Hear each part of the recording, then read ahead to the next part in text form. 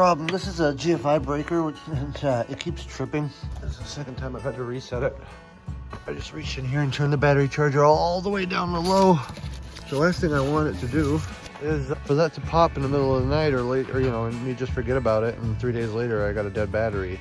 So I gotta really keep on top of that. I'm probably gonna be going to a hardware store first thing in the morning so I can get a new outlet installed there. Once I get that new outlet installed there, then I shouldn't have a problem with it popping, I hope.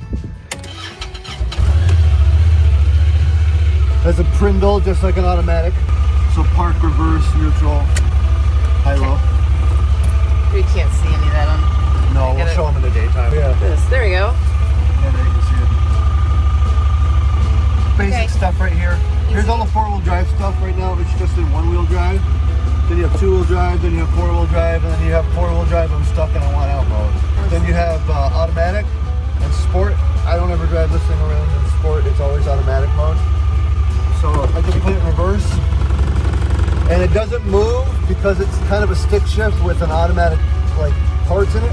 So it won't move even when it's in gear. It'll just kind of stay here unless you're on a hill until you give it gas, and you'll feel it, the transmission engage once you give it gas. It's punchy like your Subaru too, so if you push it too hard, you really feel it.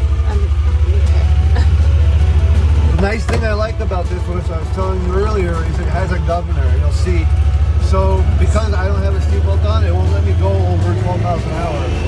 Oh, wow. Okay. It does this when you hit the limiter. So loud. I know, that's the only downside.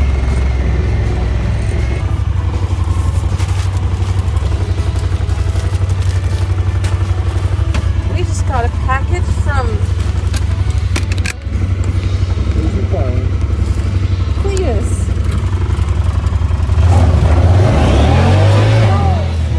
Stop it. What are you doing to me?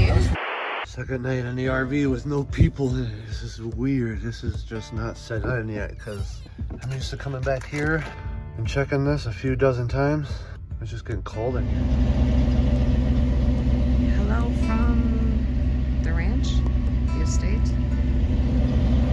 This spot's not very level, so Steven's out looking for pieces to put under Artie's front to trim a bit, prop her up a bit, something.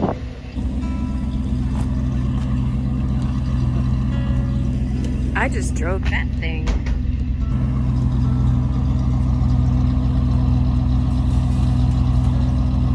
We've never had to put Artie on any sort of lifts or anything. We've always found pretty level spots. We've been lucky.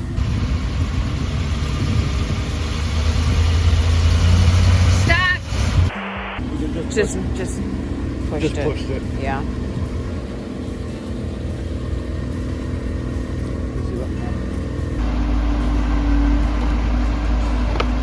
Okay, after a lot of back and forth and just finding what bricks we could, we might have got it.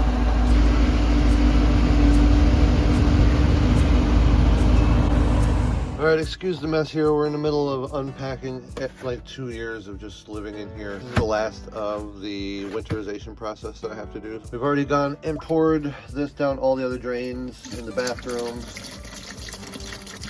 I'm just gonna fill this up. This will last at 2 gallons. It should take care of the water system in here. I don't have any of this in the freshwater tank because I don't want to have to flush that out next year. I do have to get some bleach solution in there because that hasn't been done in a while, and if I'm going to use this water tank again, it just needs to be done. As well as rebuild that water heater. It's time. I have it all just taken apart and drained empty, and that's the way it's going to stay for the rest of the season. Now I'll just disconnect the battery and finish unloading it. It's not going to be sitting empty all year. I'm going to show you what we do to keep some mice out of here because that's very important. I don't want mice to come just crawling back in and ruining everything I've built, so I am going to be keeping a very watchful eye on this and making sure that all of our traps are checked at least weekly, and that we do all the solutions like peppermint oil and steel wool everywhere there's an opening in the RV for them to get in. This is kind of packed up for travel right now, but I'm not pulling this race chair out of here. You can see it's kind of a shelf right now. But I'm going to be in here all winter racing, and we have propane hookups and everything still for this, so I can come in here, fire up the furnace, get this nice and toasty in here, do some video gaming. I'm not going to disturb Audrey while she's doing some broadcasting next door for her whatnot stuff. So until I get another race chair built, inside. That's gonna be a while. This will be my main gaming situation. It's literally right outside our front door.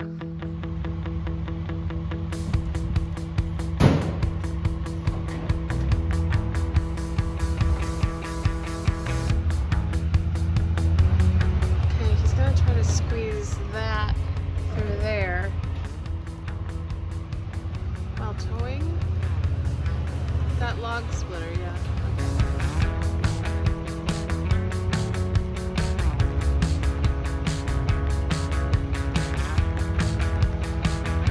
Sure, plenty of room.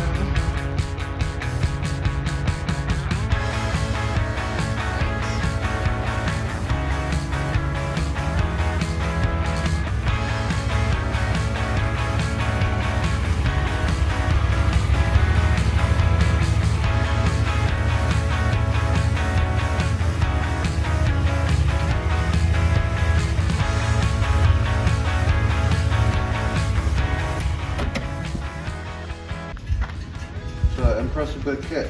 I have no idea how it works. Back to YouTube University. Apparently there's a instruction manual in here too that I'm about to go familiarize myself with. So, yeah. Great. We have ourselves a North Star wood splitter, 30 ton. It's a model 11, what is it? There, for all you wood splitting nerds out there, it's a model number. Has a 7-horse Kohler engine. I just filled this with a little over half a quart of oil, filled that up. So this is all good. The next thing I gotta do is I gotta pull this plug off of here. And there we go, there's my dipstick. Quite an impressive dipstick. So this is supposed to hold, believe it or not, 8.5 gallons of fluid. I got 10 gallons right here. So I'm gonna grab another funnel. We're gonna start filling this tank up, and then I'm gonna dry pull the engine like 20 times just to get fluid kind of like circulating through all these lines. And then I gotta run to town for gas. Run to town for gas, isn't that a hoot? All right, welcome to Chainsaw City. I got this thing started just a second ago and the chain was stuck, so I got the side cover off. Pretty basic chainsaw. I don't even know how sharp it is. It was in the shed, and you know, I gotta, you know, be able to get me some logs to split. So this thing is kind of a baby compared to what we need, but this is just to get me started out here. So